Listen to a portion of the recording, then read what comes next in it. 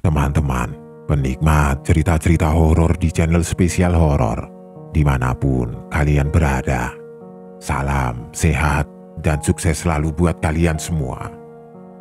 Kali ini Mimin akan melanjutkan sebuah cerita horor dari akun Twitter @tanyademit yang berjudul Pengantar Jenazah. Buat kalian yang sudah penasaran, langsung saja selamat menyimak kalau kalian masih berani. Langit siang begitu cerah ketika mobil ambulan itu melaju kembali di jalanan aspal yang kini mulus di jalur selatan.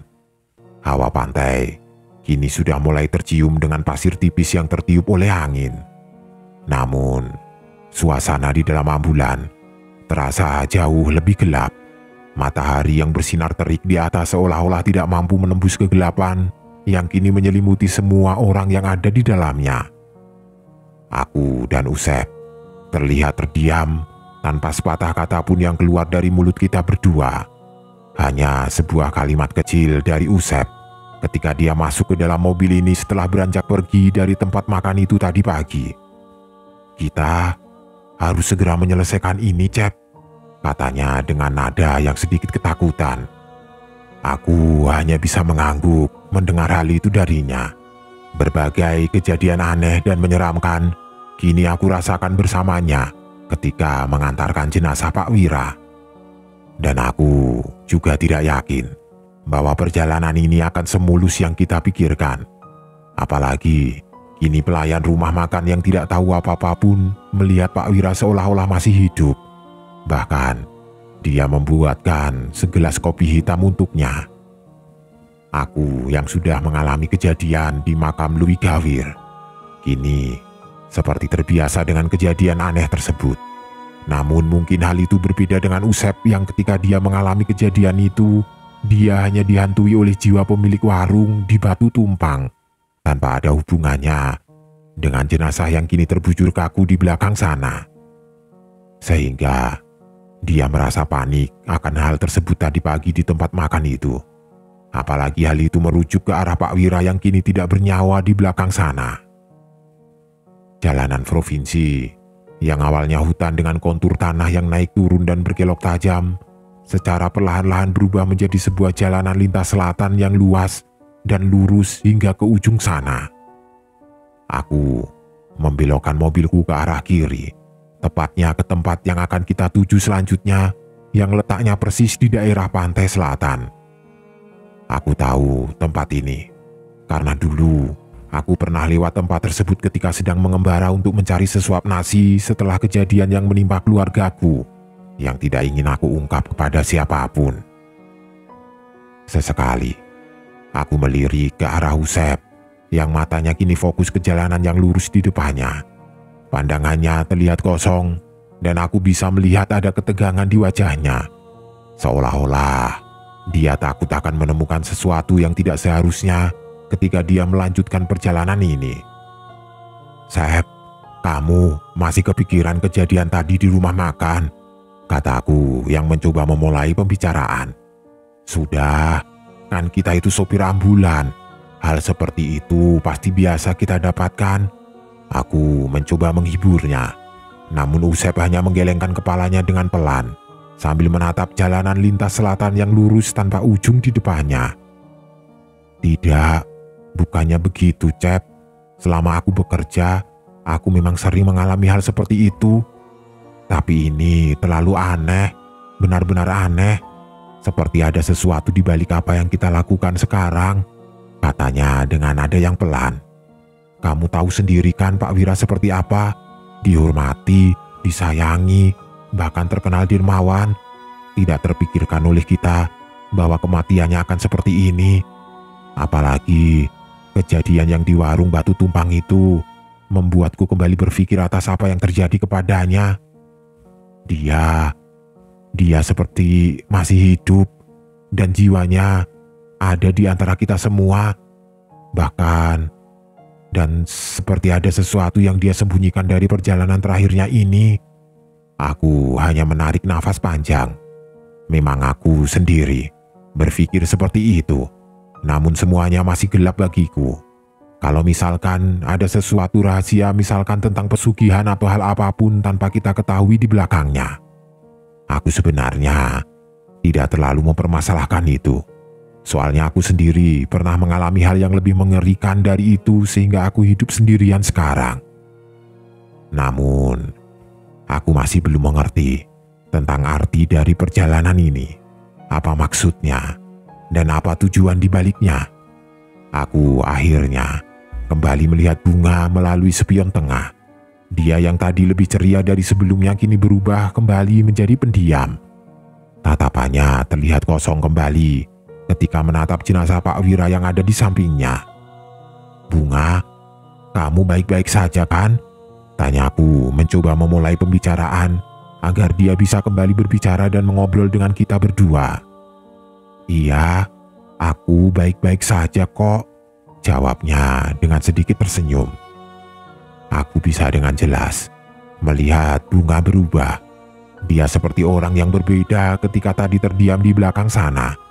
Dan ketika aku tanya, dia kembali memperlihatkan wajah cantiknya untuk anak-anak seumurannya dengan rambutnya yang terurai. "Syukurlah, tadi kamu melamun lagi soalnya. Aku khawatir kamu masih kaget dengan kejadian yang tadi," kataku sambil sedikit tersenyum. Bunga tersenyum kecil di belakang sana. Sambil memegang kotak tua yang dia pegang, dia menggelengkan kepala secara perlahan. "Tidak kok, aku sudah terbiasa dengan hal seperti itu. Memang ayah seringkali membuat kopi hitam untuknya.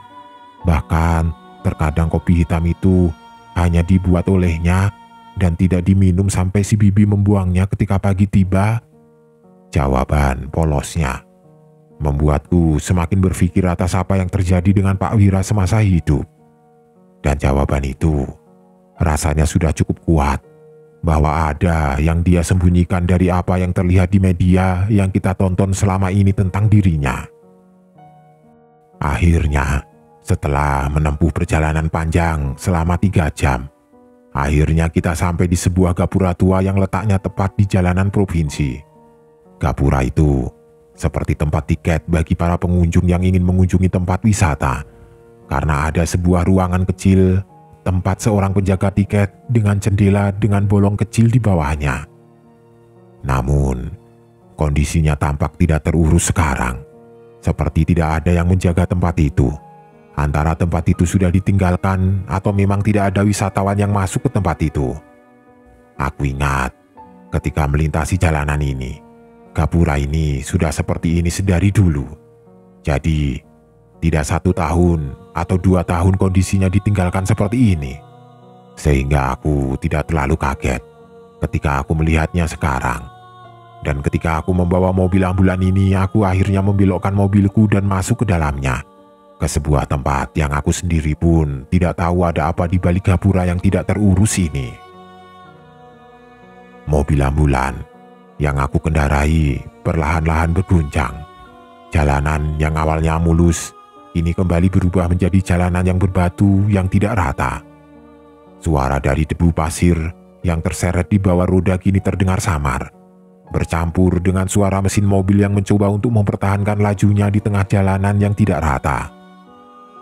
Pemandangan sisi kiri dan kananku kini mulai berubah. Yang semula adalah pemukiman warga dan rumput ilalang bersama dengan pemandangan pantai yang terlihat dari kejauhan, kini berubah menjadi sebuah hutan yang lebat yang mulai menutupi pandangan. Pepohonan tinggi menjulang seperti para penjaga yang menyambutku sekarang. Cabang-cabang mereka saling bertautan di atas sana, menciptakan sebuah penutup yang menyaring sinar matahari sehingga redup dan menyejukkan. Suara dedaunan yang jatuh tertiup angin pun seakan-akan menemaniku sekarang. Terdengar sangat lembut yang terasa berbeda di tengah-tengah kesunyian ini. Suara itu seperti membawa nuansa yang lain, seperti sebuah suara dari bisikan-bisikan yang terdengar samar dan mengintai di balik pepohonan yang lebat. Aku kini mencoba memperlambat laju mobil. Semakin dalam aku masuk, jalanan yang aku tempuh semakin sulit. Bahkan di beberapa tempat ada banyak sekali genangan air yang membuat mobil ambulan ini terjebak di dalamnya. Aku dan Usep sebenarnya belum pernah masuk ke tempat ini. Namun rumor yang beredar akan tempat ini sangatlah menyeramkan. Apalagi tempatnya ini berbatasan dengan Laut Selatan, yang dimana di sana merupakan tempat tinggal penguasa lautan yang membuat siapapun akan merinding ketika mendengar kisahnya. Setiap detik yang berlalu di hutan ini rasanya terasa panjang, dan aku mulai merasa bahwa hutan ini bukan hanya kumpulan pepohonan tua yang sudah hidup lama selama ratusan tahun. Namun, ada sesuatu di sini. Sesuatu yang tidak bisa aku lihat, namun bisa aku rasakan meskipun di siang hari sekalipun. Rasanya seperti ada mata-mata yang mengawasi di balik semak-semak, menunggu kesempatan untuk muncul. Tapi logikaku segera menepis pikiran itu. Karena siang hari di mana panas terik matahari yang muncul dari balik pepohonan, tidak mungkin ada makhluk yang menyeramkan muncul di saat-saat seperti ini. Akhirnya, aku terus melaju. Semakin dalam, maka mobil ambulan yang aku jalani semakin pelan. Terlihat tanah tercampur oleh pasir pantai dengan air payau yang menggenang terlihat di sepanjang jalan. Aku hanya bisa mengendalikan mobilku hingga ujung jalanan ini. Dan setelah itu, biarkan bunga yang berjalan dan mencari tempat untuk menyimpan satu kelopak bunga, seperti halnya di makam Louis Gawir kemarin malam. Namun, tidak berapa lama kemudian, muncul sebuah sosok, muncul di ujung pandanganku. Dia berdiri dan menatapku dari kejauhan. Aku yang dipenuhi pikiran akan suasana hutan yang begitu menyeramkan. Sosok itu semakin jelas seiring dengan mobil yang mendekat kepadanya. Seorang kakek tua yang berdiri sendirian di tengah jalan. Dia berdiri dengan kedua tangannya yang dia simpan di belakang. Sosok itu tersenyum lembut, seperti sudah menunggu kedatangan kita sekarang. Karena tidak ada tindakan darinya yang membuat aku waspada sekarang. "Siapa dia?" tanya Usep. Aku hanya menggelengkan kepalanya. Dan tidak lama Usep melirik ke arah bunga yang kini ikut melihat ke arah jendela depan. Dan ketika dia menanyakan hal yang sama, bunga kembali menggelengkan kepalanya karena dia tidak tahu siapa yang dia lihat sekarang. Mobil yang aku kendarai akhirnya berhenti tepat di depannya. Jantungku berdetak lebih cepat dari biasanya. Karena menurutku tidak mungkin ada manusia di tengah-tengah hutan yang lebat ini. Pikiran-pikiran itu muncul sejenak dalam benakku. Namun sebelum aku sempat menanyakannya, kakek tua itu tiba-tiba melangkah dan mendekat kepadaku.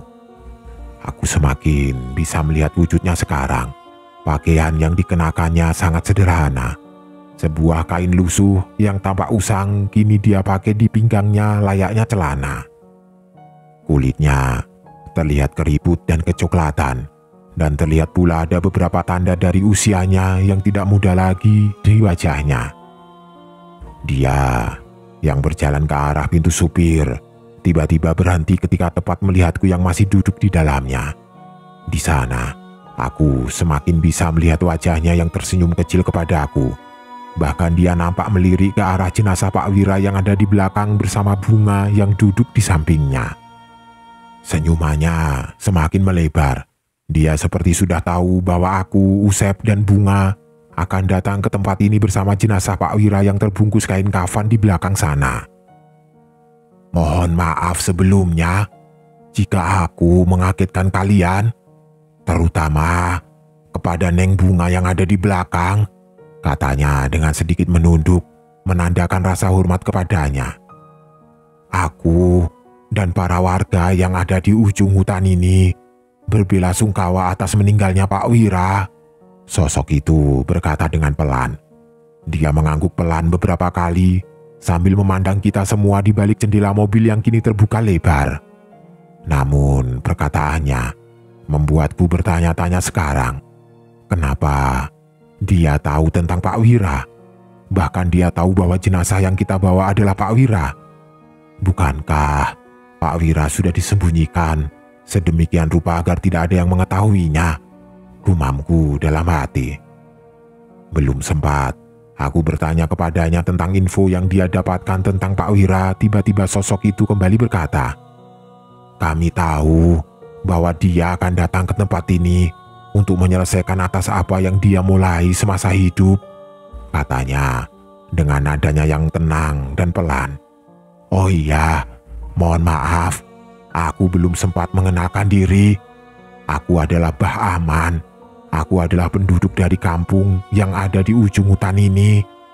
Apa yang dia katakan membuatku dan Usep semakin bertanya-tanya. Bahkan ketika Usep kembali melirik ke arah Bunga dan berbisik tentang sosok yang dia lihat sekarang. Bunga nampak tidak mengenalinya dan hanya menggelengkan kepalanya. "Tidak perlu bingung seperti itu. Aku tahu karena dulu Pak Wira sering datang ke kampung kita dan dia berjanji untuk menyelesaikan sesuatu ketika ajalnya menjemputnya. Sehingga ketika ada kabar tentang kematiannya, aku dan para warga percaya bahwa dia akan kembali. Dan apa yang terjadi di berita yang kita dengar itu pasti adalah kebohongan yang dia buat," katanya sambil sedikit tersenyum. "Jadi, Bapak sudah tahu apa yang akan kita lakukan di tempat ini?" tanya Usep yang penasaran atas apa yang dikatakannya. Bahaman yang masih berdiri di dekat mobil ambulan itu terlihat tersenyum dan mengangguk. "Iya, aku sudah tahu. Bahkan mungkin kita para warga akan mengantarkan kalian ke tempat itu sebagai bentuk balas budi atas apa yang Pak Wira lakukan semasa hidup," katanya dengan nada yang pelan. "Namun sebelum itu, alangkah lebih baik kalian beristirahat dulu. Aku melihat kalian benar-benar kelelahan. Dan apa yang akan dikerjakan oleh Neng Bunga nantinya, kalian tidak perlu khawatir. Karena jalurnya pada siang ini tertutup oleh air pasang dari laut, sehingga tidak bisa kita lalui. Kita harus menunggu sampai sore hari ketika air tersebut sudah mulai surut dan kita bisa menyeberang ke tempat yang akan kalian datangi sekarang. Jadi, mari aku antar kalian ke kampung. Kalian bisa parkir mobil ini di kampung dan beristirahat sejenak sambil menunggu air laut surut di sore nanti." Siapa sebenarnya Bah Aman? Dan bagaimana dia tahu tentang kedatanganku, Usep, dan Bunga pada saat itu? Tunggu kelanjutan ceritanya.